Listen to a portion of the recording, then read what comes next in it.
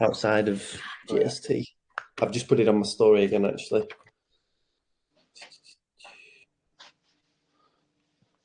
And this is recorded so we can put it on YouTube as well. So, Right. Decon, yes, Decon is in the room. Can you hear us loud and clear, Dan? Just drop a little comment in the chat just to let us know, mate. Big Tom's in the chat. Oh, people are rolling in now. People are rolling in. Come on. Here we go. We're just going to give it a couple of minutes, guys, just to, just for people to kind of drop in. Decon, loud and clear. Come on. Loud and clear. Good stuff. Hello, everyone. Hello. Hope everyone is good. Hope everyone enjoyed the Open. I know Fraser's wrecked after the Open. One workout a week and he's wrecked. Yeah, my legs have not been that sore for a long time. Guys, just drop us a message in the chat just to let us know if you can hear us, and just a quick hello would be good as well. We'll get started in the next minute or so, but yeah, just drop us a message if you can hear us. Dan's confirmed once, but yeah. Big Tom here, loud and clear. Yeah, good stuff. Decon, I cramped up today back squatting. So what happens when you never back squat, Decon? Cramped up. I can't believe you were back squatting, mate, to be quite honest. Didn't realise you did CrossFit, Dan. I thought you just watched it. Wicked, Kieran. Good lad. Kilos. Unseen. Yes. Right then. Should we get started and just see what happens? Yeah, let's go. This is like the advert at the start of the CrossFit Games when you watch the Open this.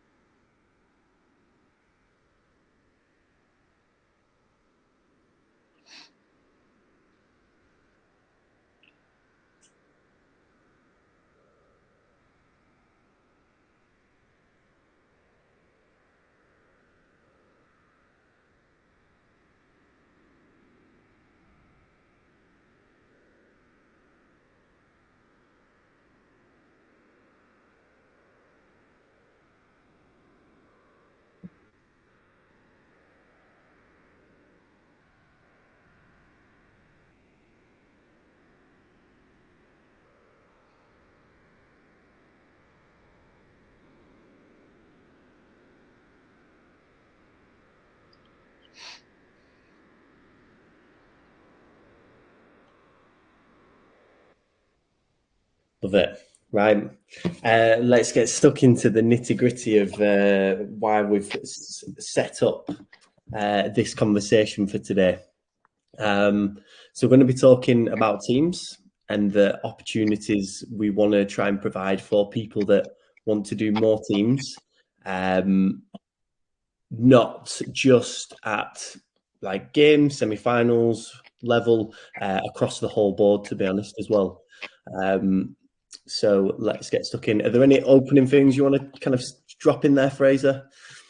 Just really the kind of idea came around, like kind of based on it's always kind of nice to do team stuff, but the logistics of getting a team together is always somewhat problematic, whether it be like geography or finding a suitable person. So by kind of developing this, hopefully we take out some of the grunt work that comes with that. So hopefully it works and people are keen to be involved and stuff is kind of where the ideas come from. Wicked.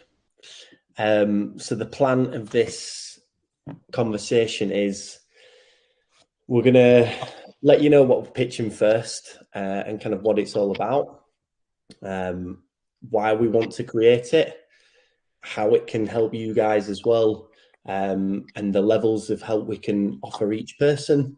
And then finally, when it starts, what we're talking about. Me and Fraser had a few conversations at the weekend with people at Arnold's about this, and the feedback that we got from each person was really good actually, and they were pretty keen. So excited to kind of go through the ins and outs of what we're doing, what we're planning. So I think the first thing to say is like, what is it? So we're pitching the idea of having squads. Okay, so we, like Fraser said before, we recognise that trying to put a team together is pretty difficult. So that's one barrier that we need to overcome. Second is, if you do manage to get a team together, like actually working together as a team, it's pretty difficult, as Tom Morris found this weekend when he was on a team with athletes from different programs. But that's a barrier again we want to overcome, and then trying to put the best teams together and utilize them to unlock your true potential. So like it says here, we're going to utilize teams to develop the individual and enjoy that process a little bit more. Okay. Anything you want to add there, Fraser? I feel like just the picture that's along with the slide is really fitting if you kind of followed like Mitch and Philroy, and particularly as the pair there, where I feel like as a pair, individually very different, but because they've been working together a lot and as a team, they've definitely like brought the best out in each other. And weekend was a good example where Mitch, after the best part of about 12 years, finally PB'd his clean. And you feel like probably without the kind of push of working with his teammates and stuff, that likely might not have happened. So just a very fitting photo to go with the statement of utilising team to develop the individual. So just a quick story or to give you guys a little bit of background for this year. So Mitch, Philroy, Alexa, and Kirsten have all decided last summer that they were going to make a run, semi-finals games this year, and kind of all made that commitment to each other. It was kind of July, August time. I think Philroy had met Kirsten and Alexa before. Mitch hadn't, so it was kind of the first time getting to know them. I suggested those two girls, or Kirsten, to start off with as the girl for one of the girls for the team, and then obviously Kirsten kind of pitched Alexa, who's made a really good comeback. So they're one team, and then the other team we kind of initially decided to put together was Ed Cook, Merrick McFadstein, Jack Taylor and Kiara. So that was kind of like a younger team where we were looking to gain Ed and Kiara in particular some experience at kind of semi-finals level and competing at quarterfinals as well, because obviously it's a big jump to go from these younger categories into like an open age competition against grown ass men and women. With how it's happened, Jack's had to pull out. Jack Taylor's had to pull out. Kiara's had to pull out with injuries. So I've stepped in, and also Esther Morris has stepped in for that team. So fingers crossed we do make semi-finals after that late call-up. We'll see what happens. And also, Fraser, you're going team for this season as well. Yeah, so we've got a Scottish team. We're based out of East Kilbride up in Scotland. So, that's 3 out of 6 teams that made it to quarters this year. Which I feel like as we go on, we'll kind of talk about how we feel a little bit underrepresented based on how good our individuals across the country are. Yeah, agreed. Okay, so I wanted to kind of pitch a few case studies as to what has happened in the last 9 months since we've kind of put these teams together. So I think Philroy is probably the first obvious character I wanted to pick out. So if you look at Philroy's results, at quarterfinals last year or two, shoulder to overhead, anything shoulder to overhead is letting him down, in particular strict handstand push-ups. So if you look at like his results and where he's at now from where he was, 9 months ago, max unbroken wall facing strict handstand push-ups have gone from 5 to 14, like crazy progress. He's gone from his max set of strict handstand push-ups being 10 to multiple sets of 10, and his jerks obviously gone up 16 kilos as well. And the reason I put it down to go in team is it's actually made him have to double down on those areas, because like if you look at the rest of Flore as an athlete, like he's unbelievably fit, like he's got very good leg strength, he can clean, he can snatch, he can do like great sets of gymnastics. But this hole was such kind of like a big area that needed to be brought up to become equal with the rest of the team, that like he's had to really work on it, and work on it probably more than what he would have if he stayed individual. So the accountability factor, I feel like, has been a bit of a game changer for him to double down on those weaknesses. And it's also kind of made the process a bit more fun and given him a bit more of a reason to be like, I need to do these sessions.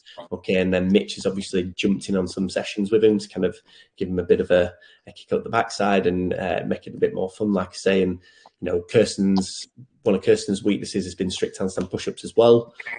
So again, like kind of that back and forth of, oh, how's that session gone? Yeah, I did this many reps, that little bit of back and forward again just makes it a little bit more, a little bit easier if you've got the same weaknesses as well.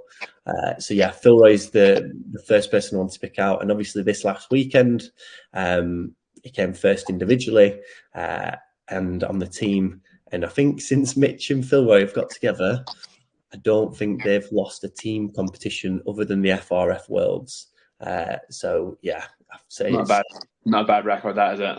It's pretty good. So it's definitely leveled up Philroy, that's for sure. I think as well, it's like if you to have kind of seen a little bit of insight there as well, you would probably say that one of Mitch's strongest areas is strict handstand push-ups. So like whenever they're training together, and as well as accountability factor, he's got like someone who is very competent in that area to like eyes on and help him like maybe change his technique a little bit. Like again, kind of the same with Alexa and Kirsten as well. Alexa's very good at strict handstand push-ups. Kirsten's weaker area. So just always having like a set of eyes who's maybe better than you at something with you is super advantageous. Absolutely. And do you know what, actually, Fraser, back in the day when me and Steve used to train together, it was similar for like a clean and jerk. Steve was better at a clean jerk, I was better at a snatch, and then he'd help me with my clean, I'd help him with my snatch. And obviously Steve was really good at strict handstand push-ups, and I kind of help him more on like the hinge in front. So yeah, you kind of end up complementing each other quite well, and picking up things that you probably wouldn't otherwise. So yeah, so that's Philroy. The other person I wanted to pick out was Mary, because I feel like the biggest thing for Mary before going team in particular was her confidence. Just didn't have that much confidence in herself at all, and just kind of really struggled, probably more on the individual front, for that reason. But had never really kind of gone team before either. So the confidence I've seen in her since going team is like it's a huge difference. And that reflects in all of the training, like not just the weightlifting numbers that you can see you've improved there, but like gymnastics, just across the board, and even in herself as well, to be honest. You can see she's got more confidence like in what she can do, and it's just made such a great difference. So I would say, overall the weightlifting numbers and all that sort of stuff, like just the confidence, and probably the drive a little bit of being in a team. It kind of brings you out your shell a little bit more because you're talking to a group of people that you get to know pretty well, and because you can all relate to each other a bit more, like it does bring you out yourself. So yeah, Mary was the other person I wanted to pick out as well. Anything you want to add there, Fraser, on No, Mary? yeah, just I met Mary at the big fat team training camp that we did back in July, and I feel like I got about a full sentence out of Mary that weekend, where she was so nervous about being in the group and her vulnerability, and then every time I've seen her since, like even just like so good for her, it's just like a totally different person off Yeah. the back of these experiences that she's had. So those are my two like case studies that I've picked out. There's obviously quite a few more. Like when you look at Ed and his results this last year, I feel like teams helped. Are there any other ones that you can kind of think of off the top of your head that a bit more specific to you or the team, Fraser? Or One of the, I feel like Mary's another good example. One of the girls on our team this year, Anita, most won't know her, but anyone who does, a very quiet soul. And if you were to meet her, you wouldn't get much from her. But just in getting to know her and building that relationship, like we've managed to bring her out her shell and is now very talkative and yeah, so like kind of like Mary, just bringing the confidence, like not only athletically but like in their kind of personalities to have opinions and like say what they feel and things. I feel like it's hugely beneficial. I think he's been around the game for a long time, but I don't think that like probably the best decision that Mitch has made in terms of like keeping him on track and getting back into it. I feel like if the opportunity had never really arisen with Thora, Kirsten, and Alexa, Mitch kind of would have just kind of dwindled and kind of floated around, not really done a whole lot. So for someone who's like maybe taken a bit of a break or lost a wee bit of direction in what they were doing, it's been a real like focus for Mitch to kind of get back on the horse and get back into training. Yeah, I feel like as well, like he has so much to knowledge to pass on to the other three. But yeah, like a really great case study there. Like is also Mitch. To not take that for granted. Yeah, 100%. And I remember he said, like back in the last year, if he hadn't gone team, he probably would have piddled through the season. He said he would have done like maybe some triathlons or whatever else, and then maybe try to make individual semi-finals, but not really training for it. Whereas obviously he said if he was going team, like he's going all in, he's putting his full effort into this. So I think it's an opportunity he never got before, like you said, like pre-COVID. So I think this opportunity now is one that he really did want to seize. And like say for the other guys on the team, it's such a good opportunity to learn from one of the most experienced athletes in the UK. And knowledgeable ones as well. So yeah, completely agree with you there. He did tell me at the weekend while he was writhing in pain on the ground that if he tried to talk himself into it next year, for me to tell him not to. But whether that was just Mitch being dramatic or not, I don't know. But yeah, he was like, "I'm never doing this again."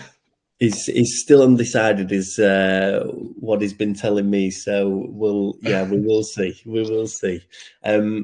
Obviously, since kind of doing more team-based training camps last summer, we've managed to get 25 teams on podiums at all different levels of competition, from Winter Soldiers, Marbella, Arnold Fitness Games this last week, to just kind of your pairs ones that are a bit more local as well. So again, no matter what level you're at, we've got something that can help you out.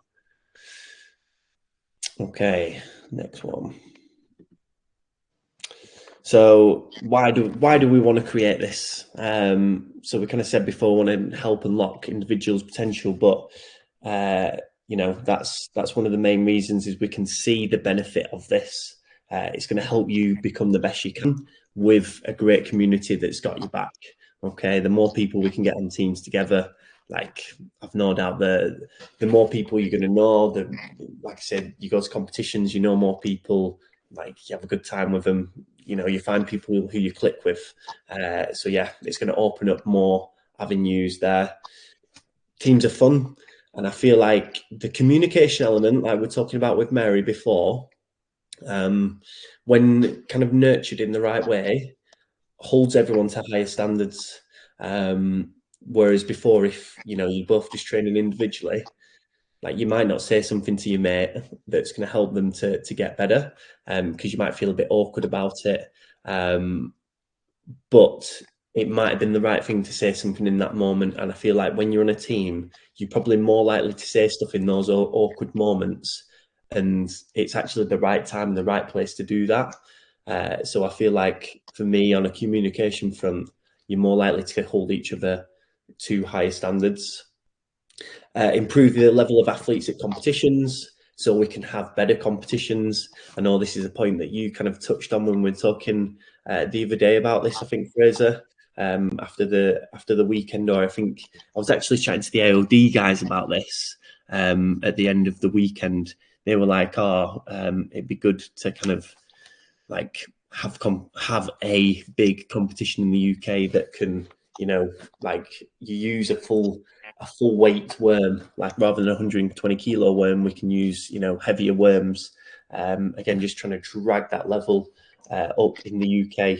And currently, I think when I looked at the leaderboard yesterday, this was the case, but there were 7 teams out of Norway that have gone through to quarterfinals, 8 out of Denmark, 11 Spanish teams, and the UK has 6 teams. All the Norway teams came out of Oslo, I think, pretty much. And I think there was 5 teams that came out of Butchers Lab in Denmark. Yeah. So it kind of goes to show how much, a good hub can help as well, to be fair. But yeah, anything you want to add to any of those points, Faz? Yeah, just like reiterating like that all the teams from Denmark come from one place and all the teams from Oslo come from one place. Like that speaks volumes of the value of an organization like taking it kind of by the scruff of the neck and saying, right, we're going to like heavily invest in teams, and like the results kind of speak for themselves. I feel like it also gives the scope to like make sure that the teams are absolutely correct. I think that's an important part of the success. But yeah, just going back to the weekend, it's probably rare. Like it's probably rare that we see like what you're looking at 3 games potential teams at an event like that. But it would be nice that if we could get ourselves into a situation where at an Arnold's, for example, all the semi-finalist teams from the UK, and hopefully there are 6, 7, 8 of them, are all on the floor competing against each other, because that's really the only way in which we're going to drive the standard, or we're going to have to look further afield for it. Yeah. You're going to have to travel a bit to find those kind of competitions. Yeah, agreed. So yeah, I think off the back of that, there's a good few reasons that we want to do this. We want to raise the level of CrossFit in the UK. We want to help individuals unlock their potential. We want to be the best. We want to help you guys be the best you can. So what is it we're actually talking about? Okay, let's see if I click on this. Yeah, it does come up. Wicked. So the JST Compete Team Squad, I feel like we could probably come up with a better name, but we've not got a better name right now. So Team Squad is what we're going to go for. So JST's mission is, as a company, as a brand, is to bring you guidance and inspiration in pursuit of your own personal excellence. So what we have planned is for 2024, starting in June, the goal is to get more teams to semi-finals and the games. So we are hoping to get at least one, but hopefully 3 teams together consisting of 4 to 6 athletes per team. This will be split into 2 to 3 males, 2 to 3 females. So there's currently 4 athletes actually in the core team, and then 2 members that are subs. Athletes in each team will be selected by the selection committee, which will be myself, Fraser, Dan, Connolly, and Mitch will have say in it as well. And ideally, we'll have through the 3 teams called JST Compete, Red, White, and Blue. So this is kind of a 10-month thing, but could be longer depending on how long each team's season is. So we'll hopefully get plenty of applications. From that, we'll kind of pick the squad, and from there we'll pick the teams, which could change throughout the year depending on how we see people perform at training camps and at competitions. And like I said before, it's going to run up to at least quarterfinals. So from June's quarterfinals, this squad will run. Obviously, if a team qualifies for semi-finals, then that team's kind of season is extended and will help them towards semi-finals as well. Okay. Fraser's put together a JST Compete team handbook, or rule book, which kind of goes through, what we're looking to do, the coaches that are involved, like basically everything you need. So we'll make all this available to you guys, so you can have a good read through it, so you know what to expect there. All right. I think the prospect of the prospect of a rule book seems severe, but I feel like the last thing that we would want to do is have people saying, "Oh yeah, like the idea of one team really suits," and then getting kind of 3 or 4 months down the line and kind of realizing, "Oh, then this is maybe not what I kind of thought it was going to be." So the rule book is just to very much kind of lay out like what your expectations should be of us, and then our expectations of you, so that you just know exactly what you're signing up for. Because like Jack said, it could last for the best part of 9-10 months, depending on how long your season goes on. So the last thing that I feel like anyone needs halfway through the season is to be scrambling around looking for a teammate because someone doesn't really fancy it. So yeah, a rule book sounds severe. It's just like a necessary part of making sure that everyone knows kind of what they're signing up for. And I feel like with the rule book and having that clarity as to, what we expect, from you as athletes, what you can expect from us coaches, all that sort of stuff, like you just know exactly where you are. So it should give you, more confidence and just feel better as to like, right, I know this is what happens in this scenario. So basically everything that you need to know, it should just bring you a bit more. You also know you're getting like-minded people signing up, because they signed up and knowing exactly what's in that handbook. You certainly would hope not to be worried about people's commitment based on that they've all agreed on the same principles. So, agreed. So selection criteria. So what we'll this is just like outlining what we'll be looking at to pick the squads. So performances at primary indicator events. So pretty much any CrossFit Games events, open, quarterfinals, semi-finals if you've made it. Secondary indicator events like Arnold's last weekend, SID UK Champs, any other CrossFit sanctioned event. But we'll also look at other events as well, like Castle Games, Proving Grounds that maybe aren't CrossFit sanctioned too. Performances in training. So we'll be looking at people's results. Are they logging on fitter? If they're not logging on fitter, again, you probably straight away at a little bit of a disadvantage because we don't know where you're at. We want the best, idea of how your training's going. So making sure you got your performances logged and your training logged, as well as your benchmarks. Also, if you've been on any training camps or training days, you'll obviously have a good idea of where you're at there too.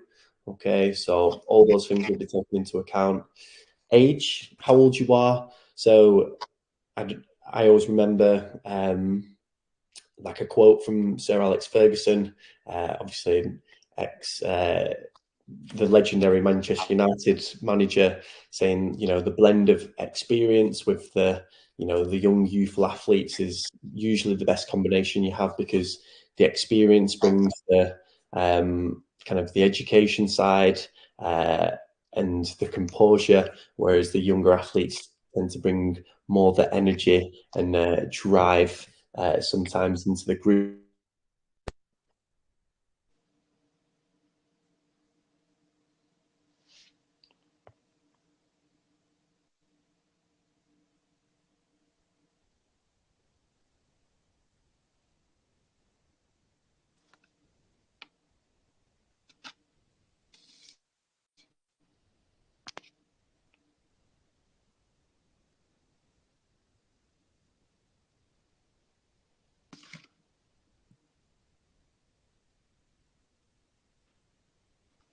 Jack, we've just lost you, bud.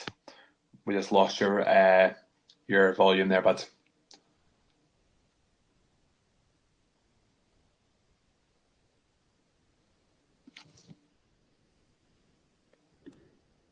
Can you hear me now?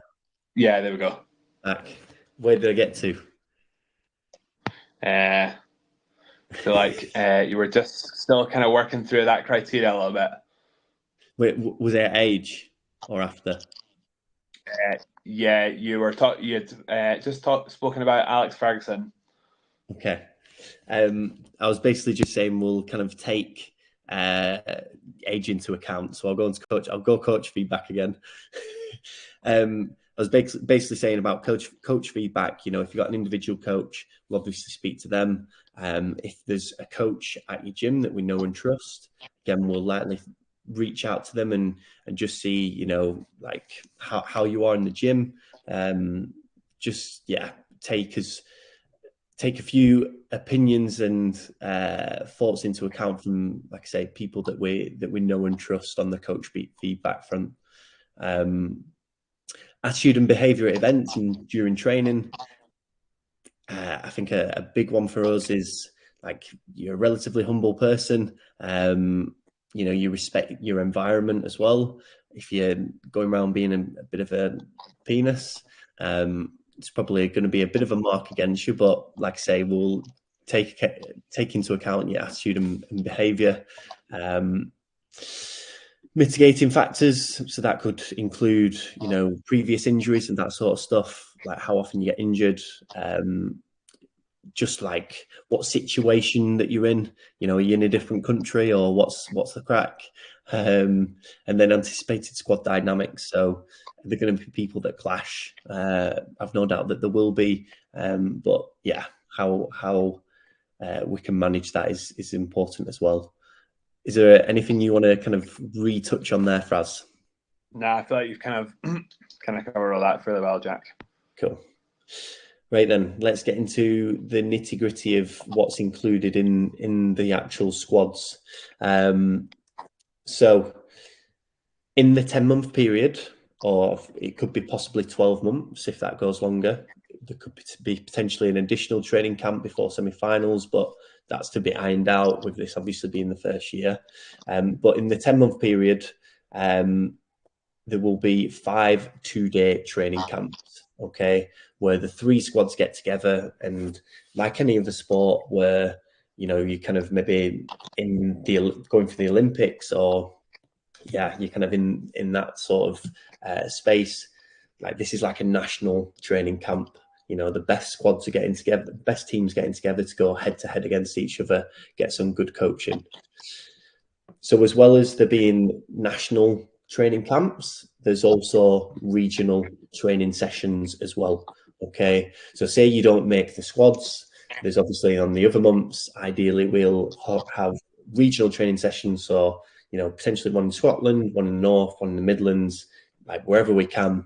On the other months, we have these regional training sessions for, again, people that want to push team and want to do better in teams as well. Obviously, they'll be a little bit more accessible because they're that little bit closer. And if you're on one of the squads, you're able to attend those regional training sessions as well as the national squads. Programming for low-hanging fruits. So depending on what your weaker areas are, there are likely to be 3 sessions programmed per week that are going to work towards your weaknesses. There'll be a little bit of flexibility on this, depending on what's the best approach to improve the weaknesses. But as a guide, there'll be programming for areas where you really struggle with. So let's take Phil Roy as an example, like strict handstand push-ups with the thing that just needed the most work, and he's been doing 3, sometimes more sessions per week to help improve them. So that's what you can kind of expect, is programming to improve those areas. All right, obviously access to JST Athlete as well, entry to one competition plus semi-finals when you get to it, if and when, and then JST compete apparel if you do get on the squads too. Okay, that's the most important bit. Yeah, that's the most important bit. Free stash. Obviously, if you're already with an individual coach, we'll kind of work out what is best in that scenario. But so the total cost for this, and when you look at that number, it looks like a lot, but you've got to remember it's in a 10-month period. So ideally, this is split across 3 installments. So the reason why we want it installments is we want your commitment to this. Okay, we want people that are all in and committed to it. And it actually works out when you work it out. It's not that bad. It's pretty good. £167.50 per month. So if you were to kind of have individual programming, to the level that we're offering here, and training camps, like every month, you'd be paying, in excess of £250, maybe £300. So, like I say, with getting people to commit and us being able to organise this in advance, it allows us to do it for this price. Okay, it's more the organisation factor and the commitment factor that allows us to do this. All right, so like I say, when you work it out, it's pretty good bang for your buck, to be honest. We do already have training camp dates in the calendar. I've checked with the guys at Wigan Warriors, and these dates do actually work as well. So I think they are likely to stay the same unless something drastic happens later on in the year. But yeah, that should stay the same. A bit of an example of what you can expect on a training camp as well. Okay, so it would be 2 days long, like 8:30 till 4-ish each day. And you can see it's pretty ram-jammed. We'll likely get some experts, in other fields in for certain stuff. For example, we get Steve Wimrow to come in for nutrition. But like I say, for the most part, it'd be us coaches, Fraser, Dan, Mitch, and probably myself at some point, kind of, taking you through these training camps. Applications for this open from today. So I'll put this information up on Circle, but also kind of put a Canva link out so people can kind of look through it and fill this out. And I think a big thing from mine and Fraser's part is, if you aren't sure if you should apply or not, just apply anyway, because I think no matter what level, no matter kind of where you're at, I think we've got something that can help you out. So even if you don't quite make the squads, we'll make some suggestions as to what is best to do, like in this scenario and situation that you're in. Okay. Anything you want to add, Fraser? No, I also feel like just by applying, if maybe it's not the squad, but you've still got an idea of team stuff, at least then we have like a bank of athletes who are keen to do team stuff, that if there's someone else in the same boat and there's an opportunity to get you together to do a team comp or a pairs comp or something, and at least then we like have your information in details. We're kind of not scrambling for people. Like we just go to the bank of people that we have and be like, right, we can then contact you. So yeah, it's just like if you're keen, team stuff is where your interests lie, then I would say definitely just apply and get involved. Absolutely. So like I say, I'll make that information available so you can have a look through it. And like I say, you can message me or Fraser at any point about anything, to do with the squads as well. So yeah, that's kind of what we're pitching. So like I say, how we can help, like I say, there's varying degrees as to, depending on where you're at, like what help you want, but also that you need as well. So obviously, like JST Athlete, follow it now. Like there's plenty in there that we can help you improve. I think this is a big one, is aid in finding a team for certain competitions. I know someone has already messaged me, Rob McGregor, about UK SID Champs and getting a team together. So again, I think making yourself known that you would like to go team, and obviously we have a good idea of what level that you're at, then we can obviously look to put teams together for you. And we'll probably ask you a few questions as to what is important to you, in the sense that, do you want someone that's close that you can train with, or do you just want someone at your level going into the competition that you might not be able to meet up with, but you can go and do it? So yeah, we'll look to put a bit of a database together for people that are interested in going teams there. Obviously, we've got the JST Athlete map, so you can kind of see where people who follow JST are based. We've got the regional training camps, which will likely be kind of 3 hours long, 3-4 hours long, depending on what's planned.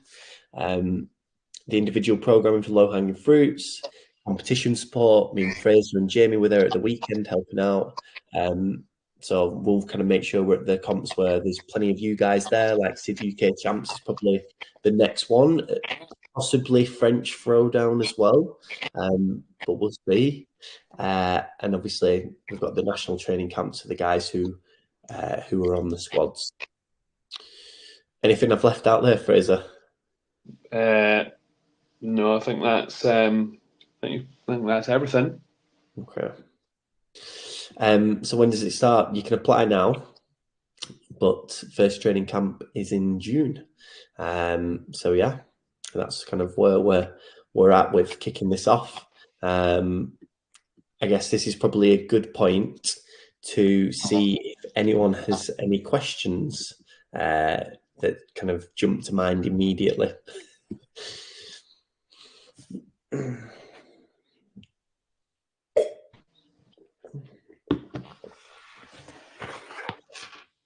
Yeah, we wait patiently. I know, yeah. We'll give people a minute or two. Decade of inches. Just thinking Kilos is just going to pipe up and ask some deep, dark JST from the archives question. I hope so. It was Kilos was loving it at the training day the other week. He was asking all the questions, my guy. After telling him to watch that video from regionals that year, he told me last night he hasn't watched it yet. Has he not? I was somewhat disappointed.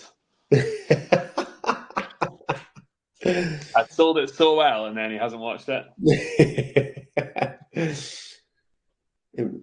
Kilos, what's going on, mate? Look, say we'll get out here. Okay, I'm going to presume that no one's got any questions. But like I say, if anyone does think of anything, feel free to drop me a message or drop Fraser a message. I'm actually going to put in the chat right now the link to this.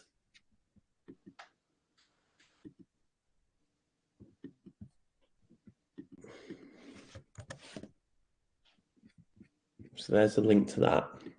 I'm also going to put in there now, and I probably should have done this before, so apologies, team, the link to the rule book as well. Okay. Well, Fraser, I think that's it. Good stuff. Good stuff. Yeah, fingers crossed. People are on board and Yeah. teams away. From a guy who's only really, feel like I've done maybe a handful of individuals. Probably team has always been far more enjoyable for me. Yeah.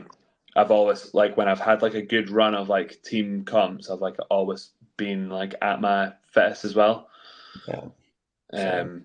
Like it's just that like we were talking about like the Mitch and Farroy effect. It's like I feel like if you're with good people and you're enjoying it, like your performance will then reflect that.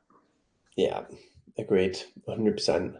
I'm really excited to get this going, and who knows, might flop, no might apply, but I feel like, if we manage to get a team, like at least one team together, I'm excited to see what we can do over 10 months. I think it's going to make a huge difference to anyone that's willing to go all in and commit to this, to be honest. Yeah, And again, to varying degrees as well, like for the guys that maybe don't make the squads as well, just being able to kind of go to a training camp, and every other month, or a training like session every other month, just with a bit more structure and a bit more direction.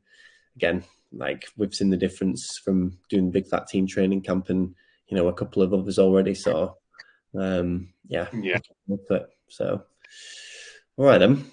Well, this will also be going out on YouTube if anyone wants to send it to some friends who they think might be interested as well. So please do tell other people if you think they will be interested, because obviously the more people involved, the more like options there are for like new teams being created.